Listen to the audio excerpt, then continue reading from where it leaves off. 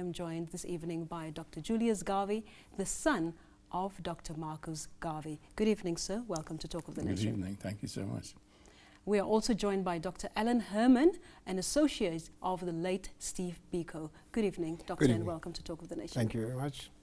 And also we are joined by Wadhuva Kaumbi, the former chairperson of the Pan-African Center of Namibia, PACON. Good evening, Mr. Kaumbi, and welcome to Talk of the Nation. Good evening, Hilda. Thanks for inviting me. Yes. I'd like to start with you, Dr. Garvey, and ask you specifically, if we look at the idea of Pan-Africanism, what is it? How would you describe it? Well, Pan-Africanism really is about African people getting together. And if you recognize when Pan-Africanism started, per se, this was in the first part of the 20th century. And the problem at that point in time was colonialism. So it has achieved significance in that we no longer have any colonial territories, either here in Africa or in the Caribbean, or in South America. You can consider Brazil an African country, if you will. So that Pan-Africanism as a political movement, so to speak, has achieved significant progress. I think really where it has lacked is in terms of its own definition of itself as an ideology. You know, to me, Pan-Africanism is Garveyism, but you really had many attempts to define it, all the way from Leopold Senghor and Amy Cesar with black negritude, you know, and then you had Kwame Nkrumah with consciencism, you know, and African socialism. You had Nyerere with the Jama, and you had Kaunda with African humanism, which was a sort of Christian version of African traditional being. And you have Ubuntu, you know, so the dialogue needs to be intense in terms of our intellectuals to help us define what the philosophical basis of Pan-Africanism is. And I think that there's been a lot of groping in the dark about that. And I think the reason for that is that we've been disconnected from our history, because Sheikh Anta Diop has told us we have to go back to our classic civilizations, and that is Nubia and Egypt. And our intellectuals have not brought that up to date because they've been fought tooth and nail by Europe, who's trying to appropriate our history. You see, as the earliest civilizations and so on, they're trying to say, well, it was Greece, and the Greeks didn't learn anything from Africa or the Near East, and of course that's not true. They learned from Africa, and it's recorded, etc., etc. So we have to recapture that history as our foundation, so that the history gives us the signpost, and then we modernize from that, because that gives us our values, and gives us traditionally how our societies were made up.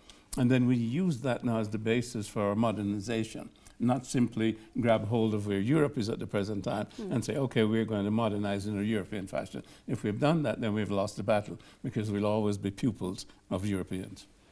This is very interesting, because one of the conversations, having celebrated Africa Day last week, one of the conversations I was able to listen to and to participate in was that there was an Africa that existed before colonialism. And that we seem to be defined only by the last 300 years of history.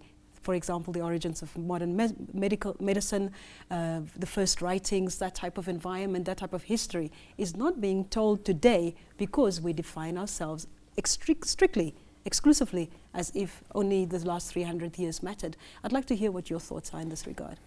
Well, actually we have to go back a little further. The modern era is defined in the year 1400 by Europeans, because that's when they started leaving Europe and looking for wealth elsewhere.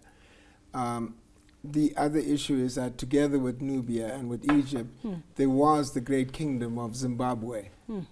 And Africans actually moved across the world. You find African evidence of Africans in India. You find evidence of Africans in Mexico.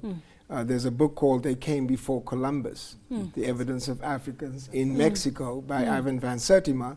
So the issue is our history is lost not only because it was usurped by Europeans and they defined what is valuable for us.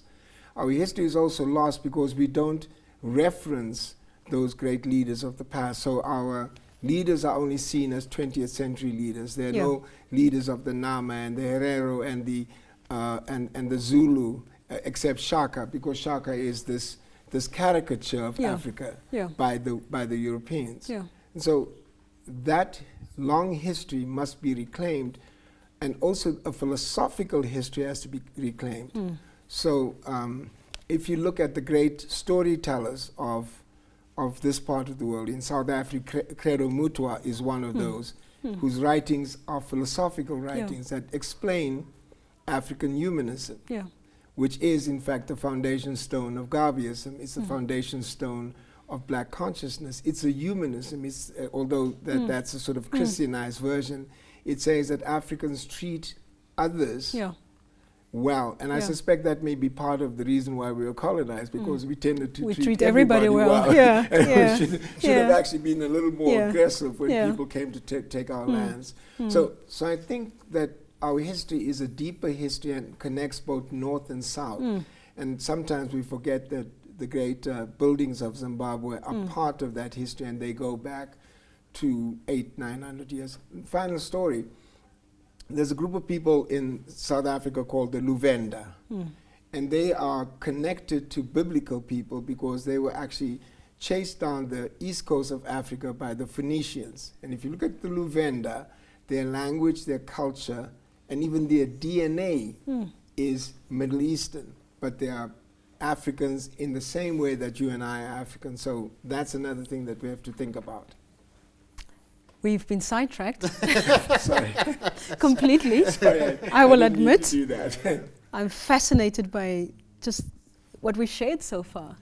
And I'm tempted to ask you the question, Mr. Kaumbi, where do we start? Where do we begin to regain this conversation, this narrative, the history that we don't know about today? Yes, to a certain extent, that conversation has already started. Yeah. I mean, you just mentioned some of the people who've written, like Professor Joe. But how do we mainstream it? How do we mainstream it? Exactly. Yeah. That's now the next thing now, is to say, and of course, because you see, it also got levels, you know, and the different phases. As you mentioned that, look, in the beginning of the last century, you know, most of the Pan-Africanist leaders were focusing on political liberation, which has been achieved. Now, from then on, of course, now it ushers in a new period now. Now it's about economic liberation and so forth.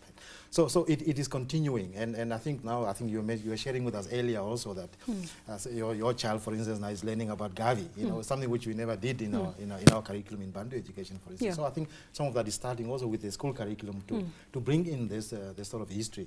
Zimbabwe is only our neighbor. It's not very far. We know about the Shanghai and the Mali civilizations, all of these civilizations in Africa, and our own civilizations as well, even here in Southern Africa.